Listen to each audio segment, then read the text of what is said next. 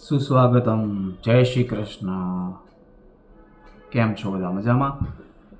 આજે મારે એક વાત કરવી છે ને, એ ગંભીર મુદ્દા વિશે વાત કરવી છે. ગંભીર બાબત છે. ધારી લો કે તમને કોઈક દિવસ फोन आवे, हेलो, मैं बैंक मैनेजर बोल रहा हूँ प्रदीप शर्मा, एसबीआई बैंक से। आपका खाता जो है, आपका क्रेडिट कार्ड जो है, जो वो डिक्लाइन हो चुका है।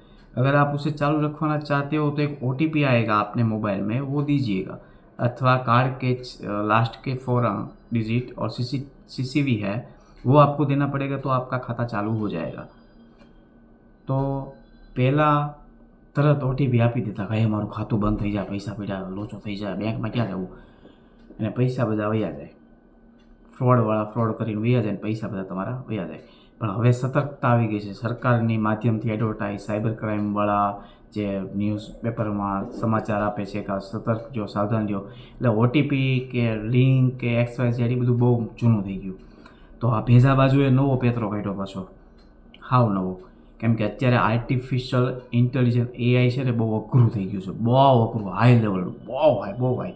કે તમે વિચારો ને, નીકળતા 3 કદમ AI વાળા આગળ ચાલે. એટલે આવા ભેજા બાજુએ છે ને AIનો ઉપયોગ કરીને લોકોને ફ્રોડ કરવાના શરૂ કર્યા.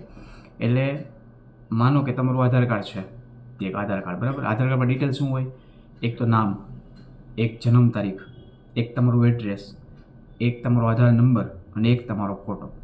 હવે જે બેંકમાં તમે લોન લેવા જાઓ કે નહીં, તો એમાં તમારે રૂબરૂ જવું પડે, 7 જાતના કાગળિયા દેવા પડે, સહી કરવી પડે બેંકમાં, બરાબર. જે નેશનલાઇઝ બેંક હોય કે ગમે એ બેંક હોય, તમે લોન લેવા જાઓ એટલે આ બધું કરવું પડે.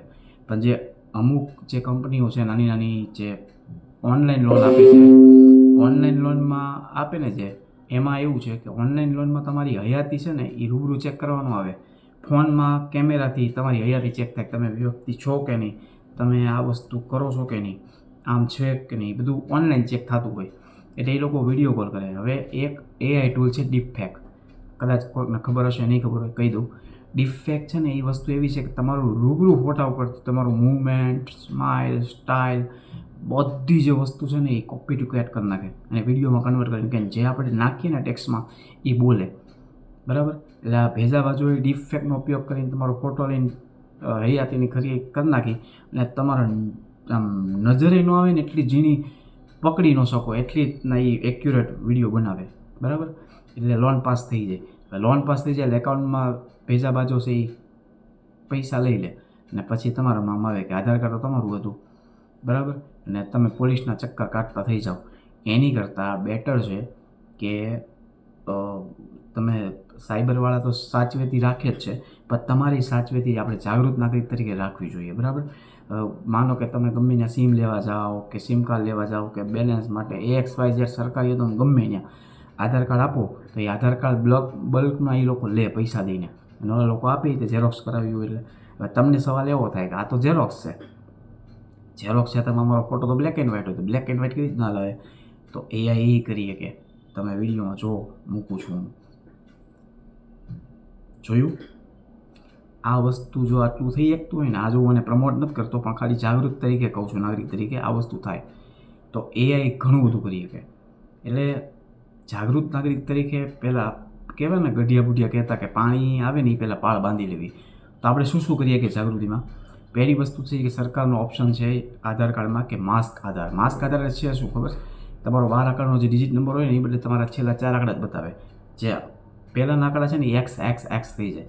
એટલે એ માન્ય જ છે ગમે એને આપો તો, પણ તમારો આધાર નંબર લીક ન થાય, એટલે ફ્રોડ થવાના ચાન્સીસ ઓછા રહે. માસ્ક આધાર ડાઉનલોડ કઈ રીતના કરવું? તમે UIDની ઓફિશિયલ વેબસાઇટમાં જવાનું, એમાં ડાઉનલોડ આધાર આવે ને, એમાં તમારો આધાર કાર્ડ નંબર નાખીને OTP જેવો નાખશો ને, નીચે નાનું એવું ટપકું છે કે માસ્ક આધાર તમારે જોઈએ છે, એમ ઇંગ્લિશમાં લખ્યું છે. એમાં તમે ટીક કરીને ઓકે આપશો એટલે તમારું આધાર કાર્ડ એવી રીતના આવશે. 4 આંકડા છેલ્લા દેખાય, બાકીના આંકડા X થઈ જાય. તો એ ગમે એને આપો તો વેલિડ છે જ, તમારો આધાર કાર્ડ નંબર લીક ન થાય. બીજી વાત, તમારું બાયોમેટ્રિક્સ લોક રાખો. હવે UIDની સત્તાવાર વેબસાઇટ ઉપર જઈવાનું, આધાર કાર્ડમાં લોગિન કરી નાખવાનું, તમારું બાયોમેટ્રિક્સ છે ને એ લોક કરી નાખવાનું. એ તમારે જ્યારે ઈચ્છા હોય ને ત્યારે જેવો ખોલવાનું, એ ખુલી જાય, આપીને બંધ કરી દેવાનું. એટલે બાયોમેટ્રિક્સમાં શું આવે? એક તો તમારો ચહેરો, તમારું ફિંગર, અને આઈરસ, આ 3 વસ્તુ બાયોમેટ્રિકમાં આવે.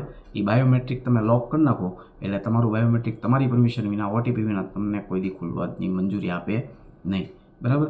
ત્રીજી વસ્તુ છે, તમારી યારે ફ્રોડ થયું હોય એવું ખબર હોય તો તમે પહેલાં તમારો સ્કોર હોય ને બેંકમાં, ક્રેડિટ સ્કોર તમારો ચેક કરવાનો 20 દિવસે 25 દિવસે, કે તમારા ખાતામાં જો કોઈ લોન બોલતી હોય પણ તમે લીધી જ નથી એવી લોન હોય તો તરત બેંકમાં ફરિયાદ કરો અને પોલીસને જાણ કરો. અને સાયબર હેલ્પલાઇન નંબર તો છે જ આપણી યારે સતર્ક 1930, એમાં જ તમારે ફરિયાદ કરવાની જ છે. પણ જાગૃત નાગરિક તરીકે આ સાયબરવાળા, પોલીસવાળા કે સરકાર એ તો મદદ કરશે જ, પણ પાણી આવે એ પહેલાં પાળ બાંધવાની જવાબદારી આપણી હોય. એટલે આ વસ્તુ તમે કરો તો તમે ફ્રોડમાંથી બચી શકશો. બરાબર. એટલે આ સાચવેતીના પગલાં છે. ઘણા લોકો વારે એવું થયું છે. અમદાવાદમાં એક કિસ્સો કે સાયબર કાફેવાળાએ ડીપ ફેકનો ઉપયોગ કરી અને પૈસા બધા હેરવી લીધા.